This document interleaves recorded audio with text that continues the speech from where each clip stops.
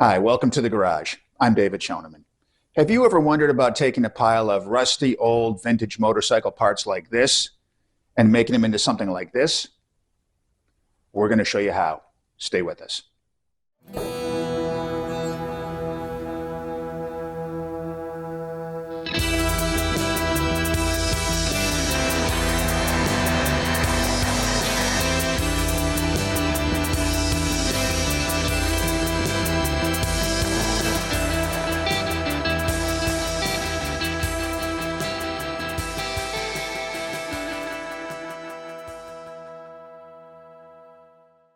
Good morning and welcome back to the garage. Hope you're enjoying the program so far. We are well on our way to putting together a vintage BMW Airhead.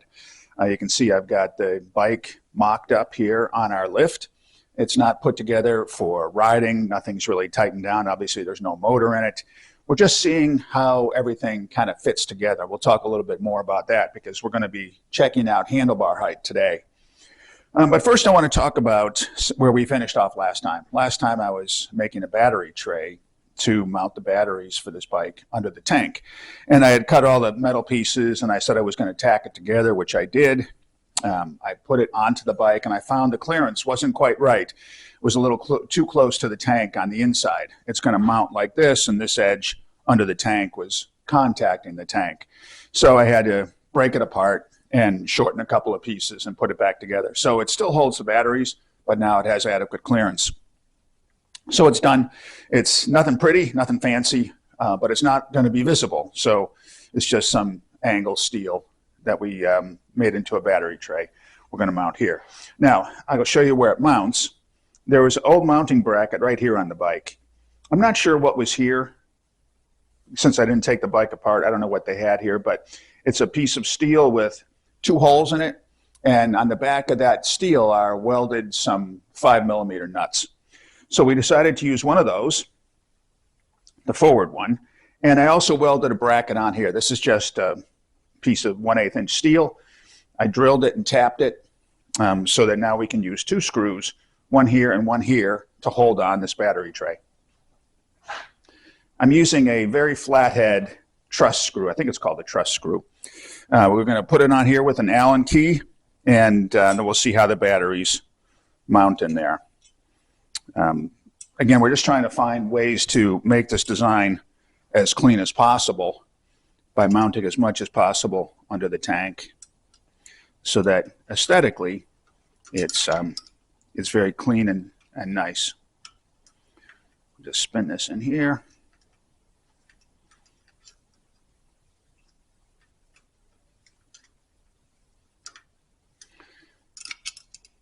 Most of these screws on this bike, they're all mostly standard thread, and this is a 5mm standard thread. There's a lot of 5s, a lot of 6s, and of course, for the heavier stuff, 8s and 10s. So this just screws on. It's plenty strong. There's not going to be a lot of torque going through that. It's just holding lightweight lithium-ion batteries. And I've got the batteries here. So there's going to be 2 batteries sitting here, like that, and a single battery over here.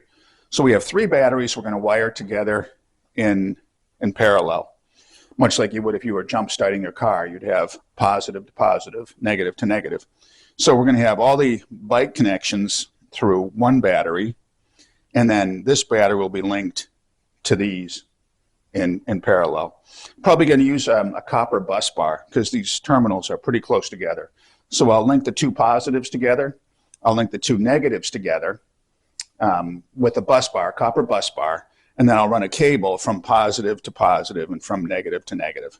I might do a bus bar here too. We'll see how all that develops. But they will sit there and they'll be under the tank. I'll hold them down with some Velcro or a battery strap, and we've successfully got everything under the tank here in terms of our electrical power. So we're going to have 3 batteries here. We still have our coil mounted here. I did enlarge that hole a little bit on the bracket so that the screw can go in. And I've also mounted, we talked about it last time, this Moto Gadget. It's called an M unit. It's just basically a relay block. It's all solid state relays. The switches will wire into a small block behind here, which you probably can't see. And then the outputs will wire in here. So we'll control everything. All our handlebar switches will run down to here. And as we hit the button or flip the switch, it will energize the circuit to send power to wherever it needs to go. And all I did for this was drill a couple of holes in this top tube. This is actually, I found out it's a 2-layer tube. There's a tube within a tube. And I just drilled through, and again, this is 5 millimeters. So I drilled holes and I tapped 5-millimeter screw. It's not going to require a lot of torque. There's no need to torque it down tight, but it is plenty secure. So that'll go there. We're going to put our electronic ignition module on the other side of this bracket over here, probably held on with Velcro, and a horn down here somewhere. The voltage regulator will be under the seat because it's got the cooling fins. We'll want to keep it cool. So that's everything under the tank. I'll put the tank on, set it on, and then we'll move on to our next step. Again, the tank just rests on this piece here, on this bumper, and then it drops over these 2 screws here, also on rubber mounts.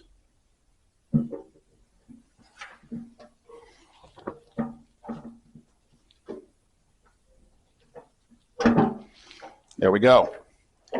Batteries have clearance. Voltage regulator will be under the seat. We've got room for our coil, and we also have a very clean look. So nothing so far is interrupting our sight picture of the engine. Of course, the engine's not in. So we're doing well with that. Next, I want to talk about handlebars. The reason I mocked this up today is so that I can sit on the bike and test handlebar height. I've got one pair of handlebars on here. These are very low. These came off another bike that we had in the shop, that green BMW. I was riding that. It came with a low handlebar. I found it was a little too low with time, and I wanted something a little higher. So I put a slightly higher bar on that bike. But we have a test bar here. May as well just double check to see if it's what we want. So the bars are a little bit low. I've got 3 other sets of bars, which I can show you here. They are progressively higher and higher. These bars came off of project bikes that I was working on. I don't intend to use these bars, but I intend only to see if it's the right size. So we'll start with the low bar. I'm going to try a slightly higher bar, higher and higher. And it may not be that any one of these is exactly right. I may think, well, this one's a little too low, this one's a little too high. Let's find one that's kind of in the middle. But we'll check all that out.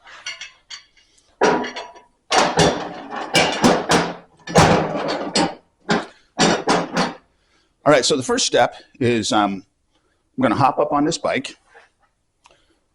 It's on the center stand, that roll-away center stand we talked about before. And it's on the 2 wheels. Now, it's not a lot of pressure on the front wheel or the back wheel. It's a little rickety, but that's okay. It'll serve our purposes today. Again, not nearly ready to ride. And I put about a 2-inch foam on the seat, which is the height I envision having on this bike. I first sat on this bike with these handlebars without any pads on here. And I thought, wow, it feels pretty good. But I thought, well, I should put some pads on because I'm not going to ride on the frame. I'm going to ride on the seat. And when I sat on the seat, my riding position was definitely different in relation to this handlebar. I've also installed the stock pegs, foot pegs. I was contemplating using a rear set of some kind, but we got to keep in mind what the budget is going to be for this build. And stock pegs are inexpensive, readily available. And I thought, even though we didn't have them, it was cheaper to buy a set of stock pegs than it was to do the rear sets. And I really didn't want my feet to be too far aft anyway. I think that having them kind of under the tail edge of the tank, like we talked about before, is a comfortable riding position. So the foot pegs are set. There'll be rubber on top of them, of course. The seat height is approximated. I'm going to make a seat, again, about this height. Not sure how far back it's going to go, but it'll be about this height at this position. And now we're just going to see how it fits with the handlebars. All right, I'm going to climb on the bike. It's a little precarious. Hopefully this will work and we don't have to cut and do it again.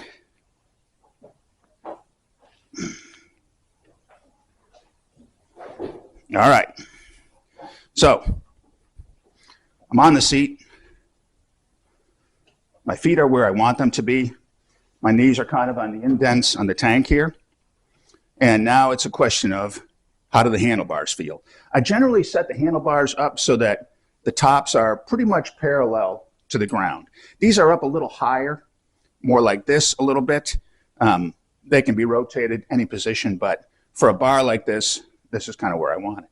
Now, to me, you can see in the video, I'm leaning forward from my hips a little bit.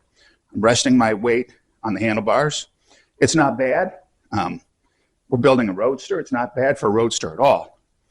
But I want to try a little bit higher bar and see where we're at. Again, I had this bar on that green BMW, and over time I felt it was too low. So we switched it around.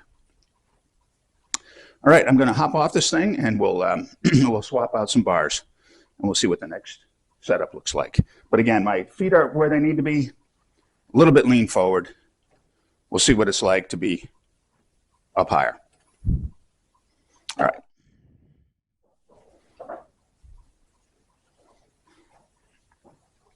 Since it's mocked up, they're not very tight. I've got a wrench here somewhere. I'll have to find the wrench. Loosen those up and remove that bar. All right, I'll be back in a moment. Okay, I've got the second set of handlebars mounted. And just for reference, here are the first handlebars. And you can see that if this is parallel to the ground, you can see there's really not much rise. The height from where it clamps on to the top of the handlebar there is called the rise, not much rise. These bars were approximately here, and you can see where they would have been. So we've gone probably about 2 inches higher in this case. Again, just some old bars that were lying around the shop. We'll give these a try and see how that feels. It looks better already. We'll see how it looks. Again, we're going for aesthetics as well as comfort. But we'll give this a try. See if I can climb on here without too much difficulty. All right, the seat settled a little bit. There we go. So, this is up a little higher. I'm definitely more upright, as you can see. That's not a bad height. We've got straps holding the front end down, so it's not going to turn too far. But this enables me to sit up a little more upright. With weight further forward, like on the previous handlebar, we get more weight on the front wheel. More weight on the front wheel gives us better handling. So the higher we go, the less responsive the handling may be. That's okay. We're not going for racing style like we talked about earlier with the racing bike. The bars were way down here for a much more lean forward position. And as your body shifts, the weight on the front wheel increases or decreases if you shift back, and that affects how much the front wheel can do for handling. So here, a little more upright, a little more weight on the rear wheel. This will be a little more comfortable. A roadster is not a racing bike. It's not just a touring bike, like some bikes you see that are way back here, but it is kind of somewhere in between. And we're going for a somewhere in between feel that will give us a comfortable ride and still good handling. These feel pretty good. I'll have to see how these compare to the others, but this is definitely a more comfortable ride. I can sit like this without having too much weight on my hands. If they're down lower, it's a little harder. You're working your back a lot more if you don't have a lot of weight on your hands. So consequently, with low bar, you are putting weight on your hands, weight on your arms. This way, the weight is staying on my core, my spine, with a little bit of lean forward, and it's comfortable. Now, when you're leaning forward, actually your body weight is suspended by your arms and by your seat, and there's a little bit of suspension in your body with your arms forward and your body leaning forward, and you find that there's less jarring on your spine. So the more upright you are, the more jarring there's going to be if you go over a bump on your spine. So that's a factor for comfort as well. So ideally, you'd like a little lean forward, but not too much. Perfectly upright. We'll try some bars that'll do that. That's good for maybe slower riding, where you'd want more weight in the rear wheel and a longer distance. So these feel pretty good. We're going to pop these off and try the next height bar. But overall, this is feeling pretty good here. This is a process that will take some iterations. I may go through all these more than once in order to find the seat height or the handlebar height that works well. I could rotate these down a little bit too. They're not in the clamp so tight that I can't rotate them right now. This gives maybe a sportier look. The more upright they are, the more kind of enduro style, and the lower they are, the more maybe rotate. That's not bad either. So that's a little bit down. You have to make sure, we'll test this later too, make sure that there's adequate clearance to the tank. We don't want the handles or anything impacting the tank. That's not bad either. This height would give me a little variability. I could have them up or down as I like. The width feels pretty good too. On the Moto Guzzi I did, the handlebars are actually quite wide. And they're also further from the seat. These bars are actually fairly close to the seat compared to the Moto Guzzi. The Moto Guzzi had a longer tank, I think. All right, we'll take this one off. Yeah, actually, I kind of like that down a little bit better than up too high. When they're angled back, if you go up too high, your elbows tend to be pushed out a little bit. When they're down a little bit, your elbows can be a little straighter. So maybe down a little bit. The bar that angles back, maybe we'll go down a little bit so that my elbows can be a little bit straighter. And I think that we have sufficient angles there for riding. All right, I'm going to hop off this thing and we'll try the next one. This, by the way, is the kind of foam I intend to use. This is used in aircraft seats. Not so much commercial aircraft, but sport aircraft, single engine planes or whatnot, aerobatics. The color indicates the density of the foam. So you start with a high density foam in the bottom, memory foam style, and blue is lesser density, softer density, and then there'd be a pink layer too if we want to do it. But that would be a 3-inch seat. I think I'll just go with 2-inch seat. So a layer of the green dense foam on the bottom, blue on top, and we'll have some kind of seat pan.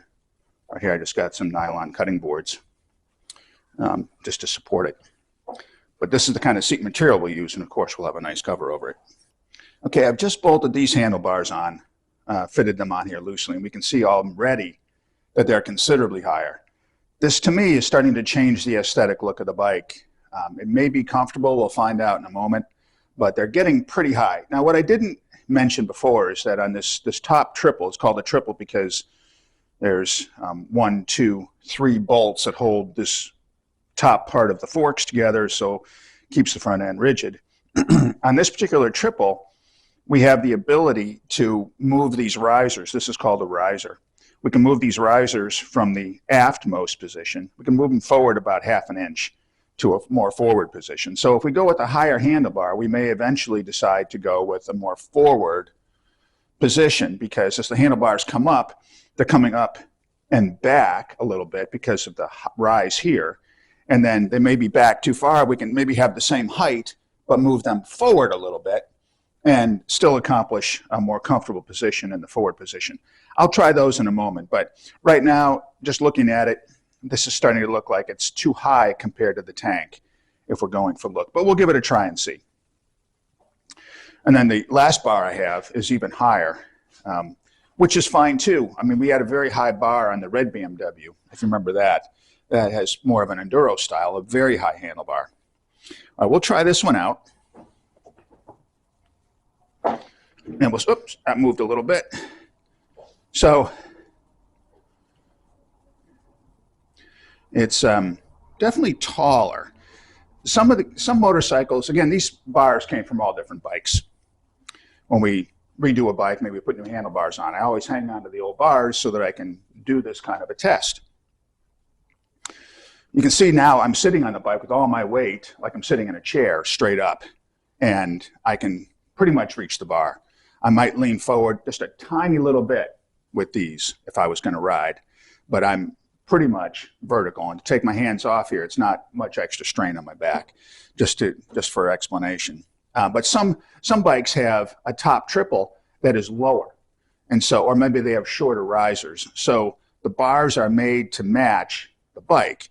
And this bar, when it was on its original bike, may have actually been down lower because the top triple was lower, or the top of the steering tube here was lower, or the seat may have been higher. If we had a taller seat, which I don't want to do, we can go with the taller seat. The stock seat would be considerably taller. We have some stock seats, but that was going to make a much taller bike. And in a taller bike, this kind of bar might be fine. But with our 2-inch seat, this is now feeling a little bit not quite right. I think that if I was to use these bars, I would definitely rotate them down, maybe like that, like we tried with the other bar. And it's getting a little bit close. We've got a ways to go to get to our steering stop, and I think this bar on this side would be hitting the tank. Same over here. Again, that strap is kind of in the way. But if I were to make these bars where I want them to be, it might be a little too low. Now, yeah, I got a feeling these bars are going to be a little too tall. And if I rotate them down, they're going to be a little too low and might impact the tank here. To have them up, to have them down, it's more natural for my arm. Up here, I have to kind of turn my wrist in a little bit, and that's not comfortable. So down here, my wrist can be a little straighter. You want to have a straight line. So if the bars were out straighter, that would be better. So these bars, although tall, they angle back a lot. And I think that they're probably designed for to be down a little lower like that, is my guess. But this is too much of an angle backwards for the height on this particular bike, because I don't want my wrist to be like this. I want it to be more straight. And to be more straight, I need to be down here, or maybe a wider angle. The next bar we have is going to be taller yet, but it's not going to be swept back quite as much. It's going to be a little more straight, more like this. We'll see that in a moment. But like I say, aesthetically, this bar looks too tall, and the fit is on this bike isn't quite right for my hands and my riding position. Those are just my thoughts. So based on what I'm seeing here, I think that the first two were more comfortable than this and more in keeping with what we're going for in a roadster style. Now, although angled down is kind of a cool look, but again, these bars come back a lot. So angled down, I'm still sitting very much upright, and it's not really the riding that I want to do. I envision a little bit forward, a little more weight on that wheel. I could always scooch my seat back a little bit to get a little bit of that lean forward, but the wrist angle just doesn't feel right. Now, if these were out, I'd be okay. Now, what I can do, what I plan on doing, is finding which bar works best, and maybe say something between this bar and the previous bar, for instance, work best. What I can do is I'll take measurements of these bars. The key measurements are how wide it is in the center. It's got to fit my clamps. My clamps are about 5 inches wide. So some bars are very narrow, some are wide in that center section. I want to make sure it's wide enough, and I want to see what the rise is. The rise is from the center where it clamps to this point, and then there's the sweep back, how far back. That's called the pull. What's the pull on the handlebar? And if I find the dimensions for the bar that I like, or the two bars that I like, and I say, okay, if it's 2 bars, ideally, I would like something between those two. And I can say, okay, if this is 5 inches and the other one's 2, I want something 3.5. Or if this is swept back 6 inches, but the first one we had is pretty straight, that's only 1 inch. I want something kind of in between, maybe 3-inch sweep or pull. then I can go to the catalog and I can find a handlebar that will fit. These are all steel, by the way. I plan on using an aluminum handlebar. So we'll find an aluminum handlebar that has the dimensions. Again, we can shop all that, find a bar that has the dimensions that seem to be right for me for this bike, and then order that bar, and we should be good to go. All right, we'll hop off and we'll do the next one. My feet seem to be in pretty good position. I really like that setup so far. So the tank, from this perspective, doesn't seem as big to me as it did when I was working on it before. So the tank sits low on the bike, so the profile of the tank relative to the rider is nice and low. That feels pretty good. So from the rider's perspective, you don't see the massive size of the tank. It does protrude below that sight line, but it seems to work from this position. Okay, here's the final bar on the bike, and you can see that these are much higher. There's even a center brace between the two uprights on this bar. This is more of an enduro style. When we had the Honda out here before, on the first episode, the Honda 350 Enduro, the bars weren't quite this high, but there was a brace across the center. When you start getting a lot of rise, and if you're doing a lot of enduro style riding where you're bouncing over rocks and all that sort of stuff, you want to have more bracing in the bar because the bar can actually begin to bend. I don't know if you can quite see the picture of the red BMW or the red BMW in the view there, but it has a bar like this. That's a scrambler style, and so with the scrambler style, we want that high bar. That's much more of an upright riding position. But this bar, I think, is not going to work aesthetically. If I was to use a bar this height, I would move it to the front position so that we're a little further away. This might actually have me leaning back a little bit. We'll get on there and see how it looks.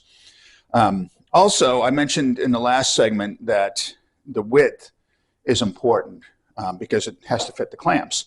Now, this width, it sounds strange, but it's too wide because there's a channel where the clamp has to go, and the channel for that clamp on the bar is wider than the mounting holes. So I've got it held on with one clamp only, and so it's going to be a little unstable. I'll try to climb on gently, and we'll see how this looks. But I can tell by observation at this stage that it's not going to be the right riding position.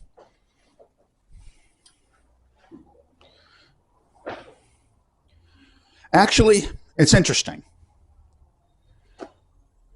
The angle is out a little more, not swept back as far, and it's high. This is actually, it's not uncomfortable. Again, it's more like that scrambler over there, or like the Honda Enduro that we had. But we're not making an Enduro in this case. So while it's not a bad position, really it's not. This is something you can motor along, I think, all day on. It's not bad. I enjoy riding the red bike a lot. That's a very comfortable bike to ride, probably because of the height of the bar. But this bar is considerably higher than that one, and that one I think works aesthetically. This is too high for the tank here and for the overall look, but it is comfortable. And the reason it's comfortable is its height and the fact that this section here is not swept back as far. If I were to rotate it, well, I can't really rotate it here. I clamped it in a little bit. If I were to slide it forward a ½ inch, it would be just a little bit more forward. That might be better if I were to have that, but if I were to be building a scrambler. But in this case, we're going for the roadster.